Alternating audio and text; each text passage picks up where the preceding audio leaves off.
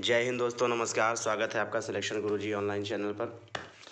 अग्निवीर के GK section में ये दूसरा क्लास और आपको मिलेंगे कुल मिला के 15 प्रश्न और 15 प्रश्नों के साथ साथ एडिशनल इन्फॉर्मेशन भी मिलेगी। और जीके के इस सेक्शन को अगर कंप्लीट आप करते हैं तो आप मान के चलिए कि जीके का पूरा प्रश्न आपसे जितने भी प्रश्न पूछे जाएंगे वो सारे के सारे क्लियर हो जाएंगे। चलिए देर न करते हुए शुरू करते हैं आज का पहला प्रश्न। पहला प्रश्न है, अर्जुन अवार्ड दिया जाता है विशिष्ट खिलाड़ियों के लिए या फिर कवियों के लिए या वैज्ञानिकों के लिए या फिर अभिनेताओं के लिए। तो ध्यान समझिएगा, जो अर्जुन अवार्ड होता है वो अर्जुन अवार्ड देता है विशेष प्रकार के जो खिलाड़ी होते हैं उन खिलाड़ियों को दिया जाता है अर्जुन अवार्ड। ठीक, अब ध्यान समझिएगा। अब प्रश्न एक और पूछता है कि खेल जगत का सबसे बड़ा पुरस्कार कौन सा है। खेल जगत का सबसे बड़ा पुरस्कार है मेजर ध्यानचंद पुरस्कार। एक और बात याद रखने वाली है कि मेजर ध्यानचंद खेल रत्न पुरस्कार जो है इसका नाम पहले था राजीव गांधी खेल रत्न पुरस्कार, जो कि अभी हाल ही में करंट अफेयर का पार्ट है कि उसका नाम बदलकर मेजर ध्यानचंद खेल रत्न पुरस्कार कर दिया गया है। अच्छा, जो राजीव गांधी खेल रत्न पुरस्कार था वो अब राजस्थान का सबसे बड़ा खेल रत्न पुरस्कार हो गया है। यह भी करंट अफेयर का पार्ट है। चलिए, अब मेजर ध्यानचंद की बात आ गई है तो मेजर ध्यानचंद से ख्याल याद रखिएगा कि मेजर ध्यानचंद एक हॉकी के खिलाड़ी थे और इन्हीं के जन्मदिवस के अवसर पर 29 अगस्त को राष्ट्रीय खेल दिवस मनाया जाता है। अगले प्रश्न की तरफ ध्यान देते हैं। अगला प्रश्न है, कश्मीर घाटी का मुख्य शहर कौन सा है। अब देखिएगा, 4 ऑप्शन दिए हैं, पठानकोट, श्रीनगर, कुपवाड़ा या फिर इनमें से कोई नहीं। तो कश्मीर घाटी का मुख्य शहर जो आप जानते हैं वो है श्रीनगर इसका आंसर हो जाएगा।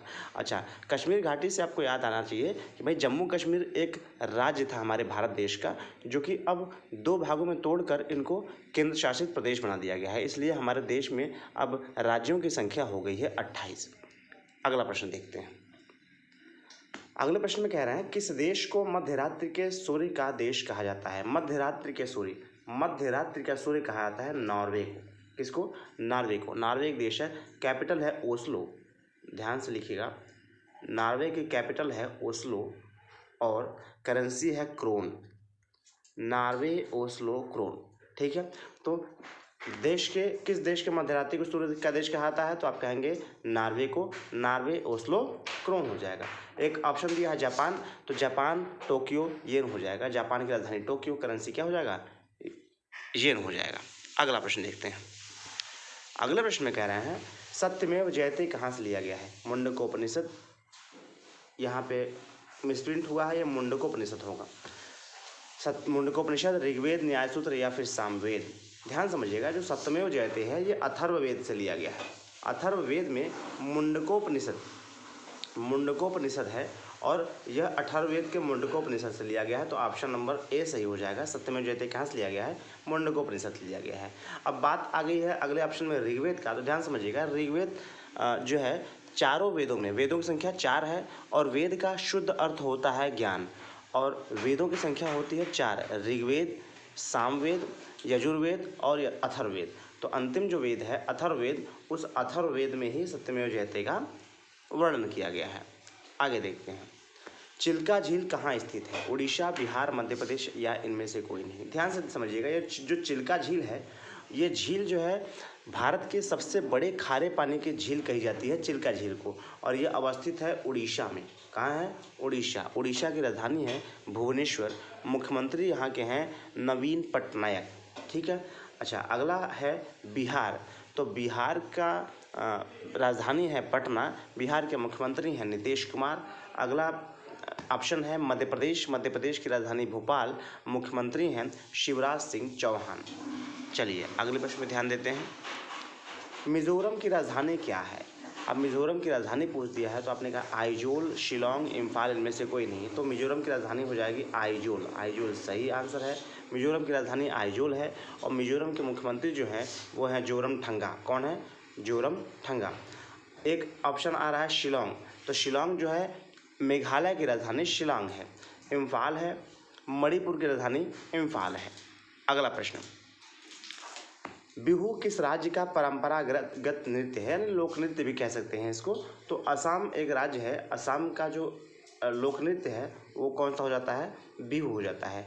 और असम की राजधानी हो जाती है दिसपुर और मुख्यमंत्री हो जाते हैं हेमंत बिश्वा शर्मा। एक ऑप्शन दिए हैं बिहार, तो बिहार की राजधानी है पटना, मुख्यमंत्री हैं नीतीश कुमार।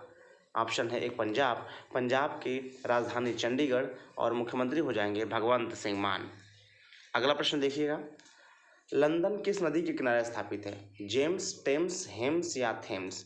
ध्यान समझिएगा, कंफ्यूज बिल्कुल नहीं होना है। लंदन जो है वो थेम्स नदी के किनारे है। ऑप्शन नंबर डी सही हो जाएगा। अब लंदन कहाँ है भाई, लंदन ब्रिटेन की राजधानी है, ब्रिटेन की राजधानी लंदन, करेंसी पाउंड हो जाती है, तो ब्रिटेन लंदन पाउंड। लंदन किस नदी किनारे स्थित है, थेम्स नदी किनारे स्थित है। अच्छा, जब हमने ब्रिटेन की बात कर ली तो ब्रिटेन के बारे में एक गौरवशाली बात जाननी आवश्यक है कि ब्रिटेन के जो प्रधानमंत्री हैं ऋषि सुनक हैं। कौन है भाई, ऋषि सुनक हैं। और ऋषि सुनक जो कि भारतीय मूल के हैं, तो इसलिए ब्रिटेन के बारे में याद रखिएगा, ब्रिटेन के प्रधानमंत्री कौन हो जाते हैं, ऋषि सुनक। अगला प्रश्न देखिएगा, नक्शे का प्रयोग क्या खोजने में किया जाता है। जो हमारा नक्शा होता है वो नक्शे से क्या खोजते हैं हम, दूरी खोजते हैं, दिशा खोजते हैं, लंबाई खोजते हैं या उपरोक्त सभी। तो आपने कहा बिल्कुल, हम नक्शे का प्रयोग दूरी देखने के लिए, दूरी खोजने के लिए भी करते हैं, दिशा खोजने के लिए भी और लंबाई का पता लगाने के लिए भी नक्शे का प्रयोग करते हैं। अगला प्रश्न देखते हैं, भारतीय सेना का सर्वोच्च कमांडर कौन होता है। सर्वोच्च न्यायालय का मुख्य न्यायाधीश, लोकसभा का अध्यक्ष, भारत का राष्ट्रपति या इनमें से कोई नहीं। तो भारतीय सेना का सर्वोच्च कमांडर जो है, यह प्रश्न कल का जो प्रैक्टिस सेट हुआ था उसमें भी यह प्रश्न दिया गया था, भारतीय सेना का सर्वोच्च कमांडर कौन सा है।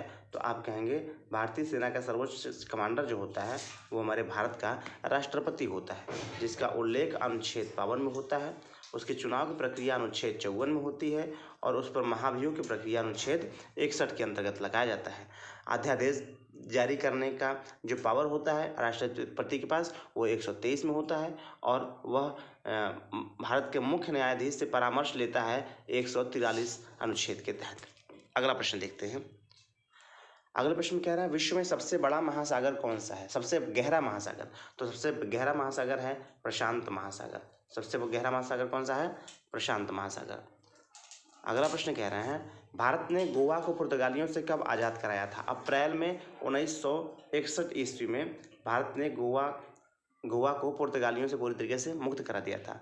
प्रश्न पूछा आता है कि सबसे पहले भारत में कौन से औपनिवेशिक आते हैं, तो आप कहेंगे पुर्तगाली आए थे। सबसे पहले कौन आए थे, पुर्तगाली आए थे। और सबसे बाद में कौन गए, तो गए भी थे पुर्तगाली। सबसे पहले पुर्तगाली आए थे और सबसे बाद में पुर्तगाली गए थे। ठीक है, तो भारत ने गोवा को पुर्तगालियों से कब आज़ाद करवाया था, तो आप कहेंगे सन 1961 में आज़ाद करवाया था। अगला प्रश्न देखते हैं, पेरिस किस नदी के किनारे स्थित है। अभी लंदन किस नदी के किनारे स्थित था, तो आपने बताया थेम्स नदी के किनारे स्थित है। अब बात आ जाती है पेरिस। तो पेरिस जो है वो फ्रांस की राजधानी है, फ्रांस पेरिस, और करेंसी हो जाती है यूरो। तो पेरिस किस नदी के किनारे स्थित है, तो यहाँ पे पहला ही ऑप्शन दिया है सीन। इसको ट्रिक से कनेक्ट कर लीजिए, पेरिस में पेश, पेरिस से आपको साउंड आएगा पेश, पेरिस मतलब पेश करो क्या, उस सीन को पेश करो, जो जिस सीन में घटना हुई थी उस सीन को पेश करो। तो पेरिस किस नदी के किनारे हो जाएगी, सीन नदी के किनारे स्थित, सीन नदी के किनारे स्थित हो जाएगी। अगला प्रश्न है नेशनल बोटैनिकल गार्डन किस शहर में अवस्थित है। तो नेशनल बोटैनिकल गार्डन ये हालांकि लखनऊ में स्थित है, और जो है कि नेशनल बोटैनिकल गार्डन और लखनऊ जो है वो गोमती नदी के किनारे स्थित है। किस नदी के किनारे स्थित है, गोमती नदी के किनारे स्थित है। लखनऊ उत्तर प्रदेश की राजधानी है, उत्तर प्रदेश की राजधानी लखनऊ हो जाएंगे और मुख्यमंत्री हो जाएंगे योगी आदित्यनाथ, राज्यपाल आनंदीबेन पटेल। एक ऑप्शन दिया है रीवा, रीवा जो कि मध्य प्रदेश के क्षेत्र के अंतर्गत आता है, और रीवा मध्य प्रदेश के मुख्यमंत्री हैं शिवराज सिंह चौहान, और राज्यपाल अभी हाल ही में चेंज हुए हैं, उसको एक ट्रिक के माध्यम से आप सभी को बता दिया जाएगा। अगला ऑप्शन है जयपुर, तो जयपुर है राजस्थान में, राजस्थान के मुख्यमंत्री हैं श्री अशोक गहलोत। अगला प्रश्न ध्यान से देखिएगा, H1N1 क्या है। H1N1 एक वायरस होता है और ये वायरस स्वाइन फ्लू के नाम से जाना जाता है। तो आपने कहा H1N1 क्या है भाई, यह एक स्वाइन फ्लू है। ठीक है, इस प्रकार से हम लोगों ने आज के 15 प्रश्न भली भांति पूर्णतः कंप्लीट कर लिए हैं। अगर आपको वीडियो पसंद आया हो तो लाइक कीजिएगा, और किसी प्रकार का कोई प्रश्न हो तो कमेंट बॉक्स में कमेंट कीजिएगा, और अगर चैनल पर नए हैं तो चैनल को सब्सक्राइब कीजिएगा। मिलते हैं अगले वीडियो में, तब तक के लिए जय हिंद, जय भारत।